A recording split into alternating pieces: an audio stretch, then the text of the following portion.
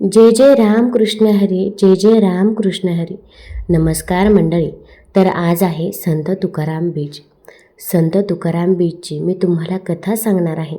त्याचसोबत या दिवशी संत तुकाराम महाराजांचं वैकुंठ गमन झालं असं देखील म्हटलं जातं आणि या दिवशी देहू येथे एक चमत्कार घडतो. याविषयी देखील मी तुम्हाला माहिती देणार आहे. त्यामुळे व्हिडिओ स्किप न करता शेवटपर्यंत जरूर बघा. चॅनलवरती नवीन असाल तर चॅनल लाईक करा आणि सबस्क्राईब देखील करा. तसेच कमेंटमध्ये जय जय राम कृष्ण हरी लिहायला विसरू नका. आणि हा व्हिडिओ जर आवडला तर आपल्या मित्रपरिवारासोबत जरूर शेअर करा. संत तुकाराम महाराज हे महाराष्ट्राच्या भक्ती परंपरेतील एक अजरामर नाव आहे. त्यांच्या अभंगामधून विठ्ठल भक्तीचा ओघ वाहतो आणि सामाजिक सुधारणांचा संदेश मिळतो. दरवर्षी फाल्गुन कृष्ण द्वितीयेला साजरा होणारा तुकाराम बीज हा दिवस त्यांच्या सदेह वैकुंठ गमनाची स्मृती जागवतो. 2026 हा दिवस 5 मार्च रोजी आला आहे. आपण संत तुकाराम महाराजांचे जीवनचरित्र आणि तुकाराम बीजचे महत्त्व बघणार आहोत. संत तुकाराम महाराज यांचा जन्म पुणे जिल्ह्यातील देहू गावात इसवी सन 1598 किंवा 1608 मध्ये झाला. त्यांचे पूर्ण नाव तुकाराम बोल्लोबा आंबे होते. त्यांचे वडील बोल्लोबा आणि आई कनकाई हे विठ्ठल भक्त होते. त्यांचे पूर्वज विश्वंभर बाबा हे पंढरपूरचे यात्रा करणारे एकनिष्ठ भक्त होते.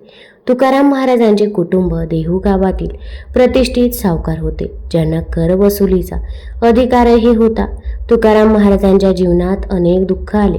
वयाच्या 18व्या वर्षी आई वडिलांचा मृत्यू झाला. त्याचवेळी त्यांच्या पत्नीचा देखील दुष्काळामध्ये मृत्यू झाला. दुसरा विवाह जिजाबाई आवली यांच्याशी झाला. पण संत तुकाराम महाराज हे प्रपंचापासून विरक्त होते. ते देहूजवळच्या भंडारा पर्वतावर जाऊन विठ्ठल नामस्मरणात रमू लागले. स्वप्नात बाबा चैतन्य नावाच्या संतांनी त्यांना रामकृष्ण हरी मंत्राची दीक्षा दिली. त्यानंतर तुकाराम महाराजांनी 17 वर्ष जगाला भक्तीचा उपदेश दिला. ते वारकरी संप्रदायाचे प्रमुख संत झाले. त्यांनी सुमारे 4500 अभंग रचले, जे तुकाराम गाथा या नावाने संग्रहित आहे.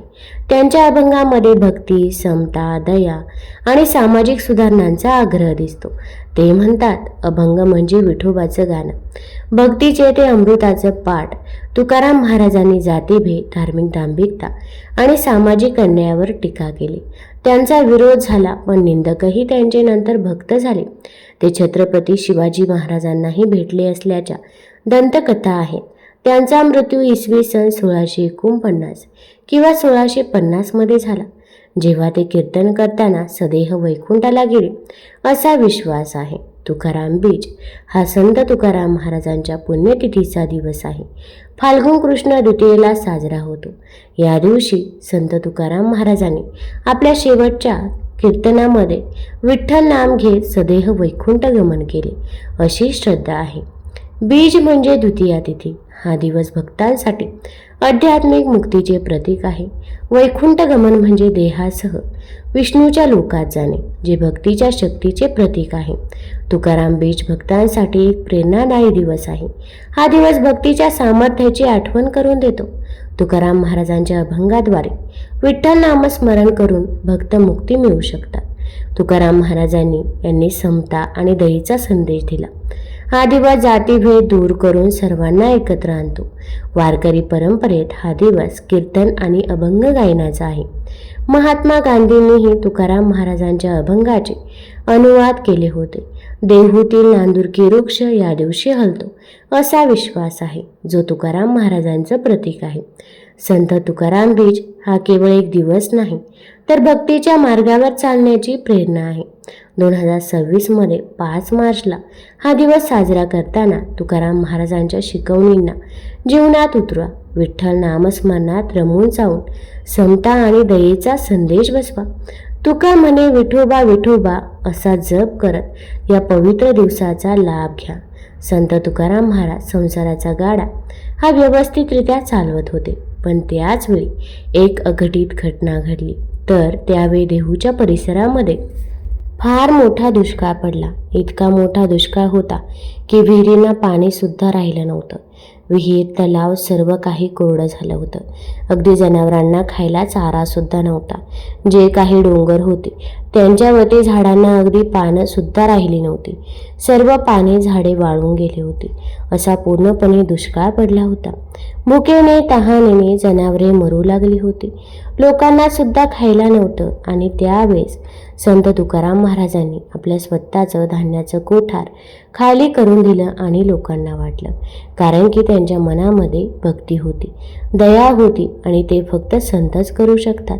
एवढा दुष्काळ होता की त्यावेळी संत तुकाराम महाराजांनी गावातल्या ज्या लोकांच्या जमिनी होत्या, ज्या गहाण होत्या, त्या त्यांच्या वडिलांकडे होत्या. कारण की त्यांचे वडील सावकार असल्यामुळे भरपूर लोकांच्या जमिनीत संत तुकाराम महाराजांकडे गहाण होते. तर त्या ज्या काही गहाण जमिनी आहेत त्या सुद्धा त्यांनी त्या लोकांना देऊन टाकल्या.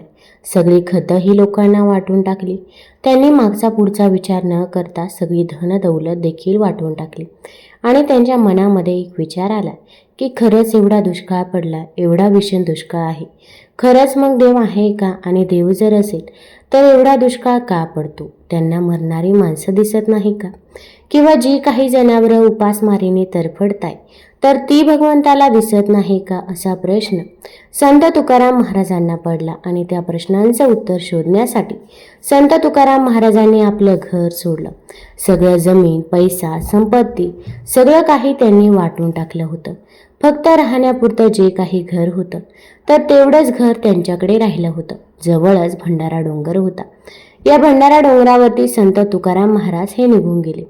तिथे झाडाखाली बसले आणि भगवंताचं नामस्मरण त्या ठिकाणी चालू होतं. प्रत्येक क्षण भगवंताने निर्माण केला आहे आणि प्रत्येक क्षणावरती भगवंताचं नामस्मरण चालू झालं.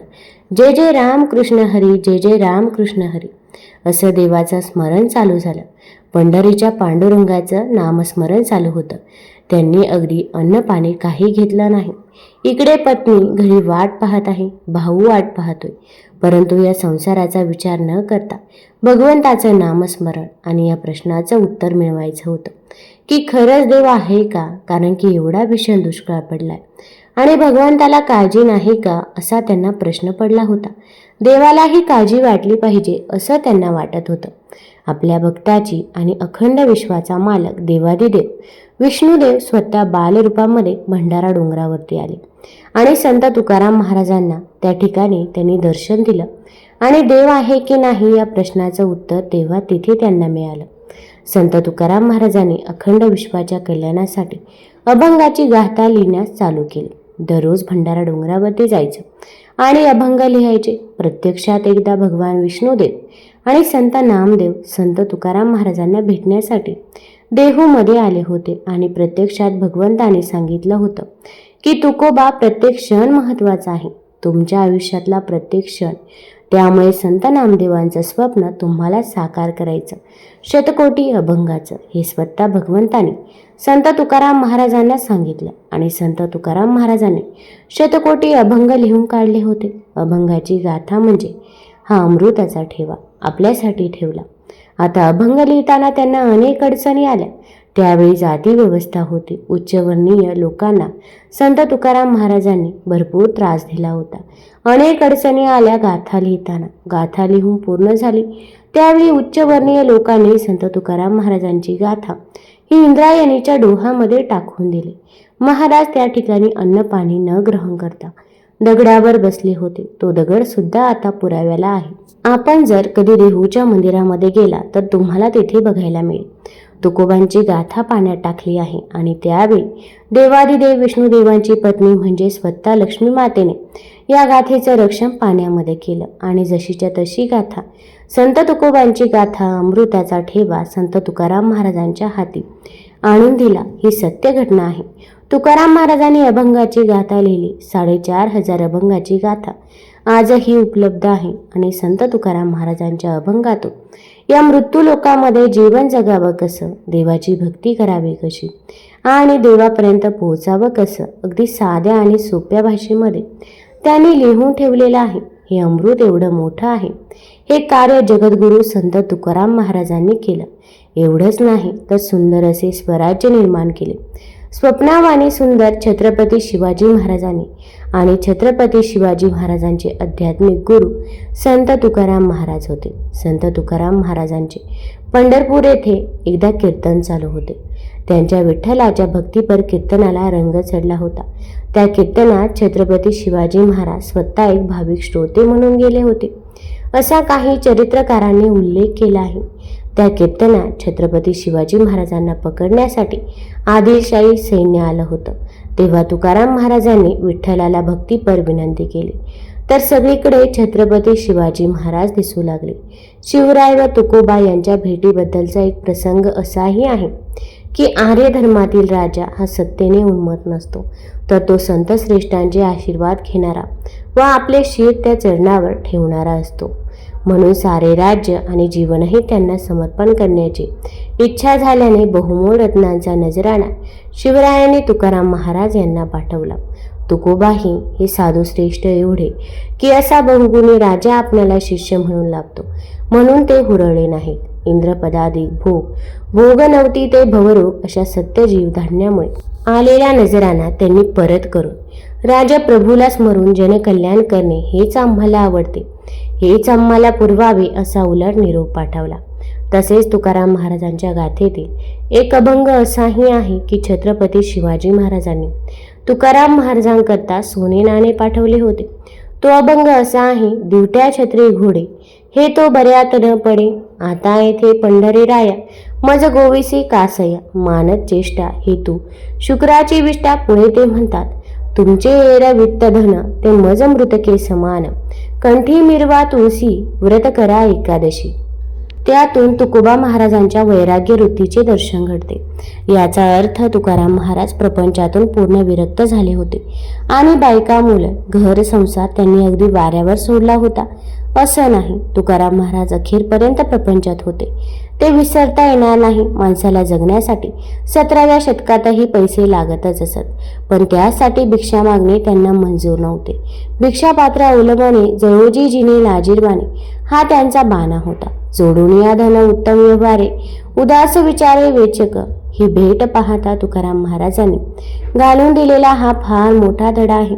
आता संत तुकाराम महाराजांचा मृत्यू कसा झाला हा सर्वांनाच प्रश्न पडतो. तर एके दिवशी संत तुकाराम महाराजांनी प्रत्यक्ष भगवंताला प्रार्थना केली की देवा, या पृथ्वी तलावर माझं कार्य संपलं रे बाबा. आता तू सांगितल्याप्रमाणे ही गाथा लिहून काढली आणि तुझं दर्शन मला झालं देवा. आता मला या पृथ्वी तलावरती राहायचं नाही देवा, मला तुझ्या घरी यायचं, तुझ्या वैकुंठाला मला यायचं, अशी कळकळीची प्रार्थना संत तुकाराम महाराज करू लागले.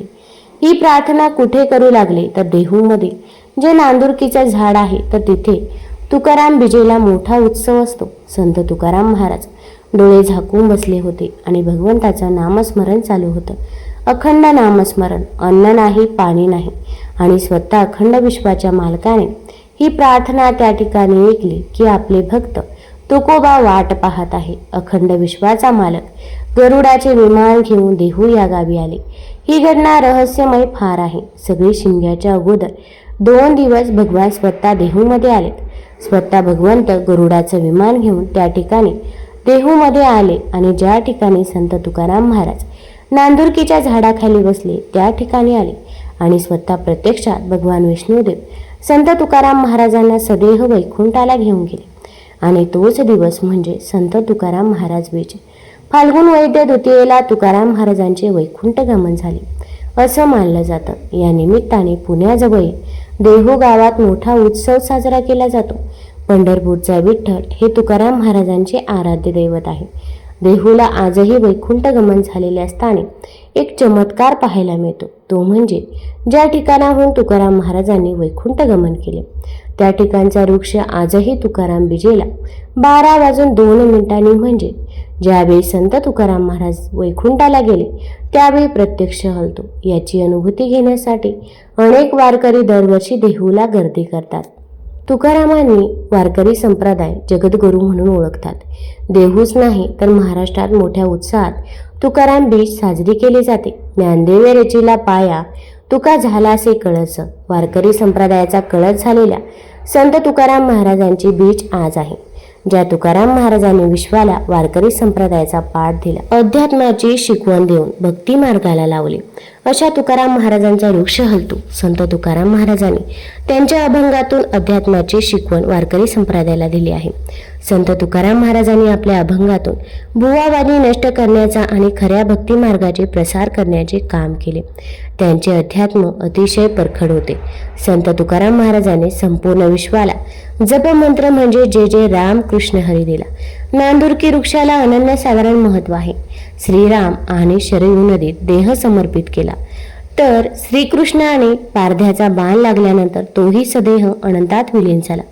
सदेह वातावरणात म्हणजेच पंचमहाभूतात गेलेले हे दोन्ही अवतार होते, परंतु मानव असूनही सदेह जाण्याचे म्हणजेच वैकुंठ गमनाचे सामर्थ्य दर्शवणारे संत तुकाराम महाराज हे एकटेच होते, असे वारकरी संप्रदायामध्ये मानले जाते.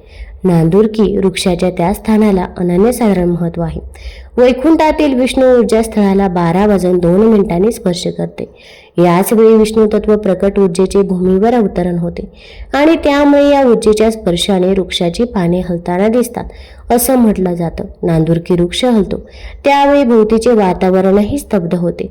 त्यावेळी भोवतीचे वातावरणही शांत होते. जणू काही इतर पशुपक्षी झाडेही हा क्षण बघण्यासाठी आतुर झालेले असतात. ते आपल्या सर्व हालचाली थांबून स्तब्ध झालेले असतात असं वाटतं, असे वारकरी म्हणतात. तुम्हाला जर ही कथा, ही माहिती आवडली असेल तर चॅनल लाईक करा, सबस्क्राईब करा आणि आपल्या मित्रपरिवारासोबत जरूर शेअर करा. धन्यवाद.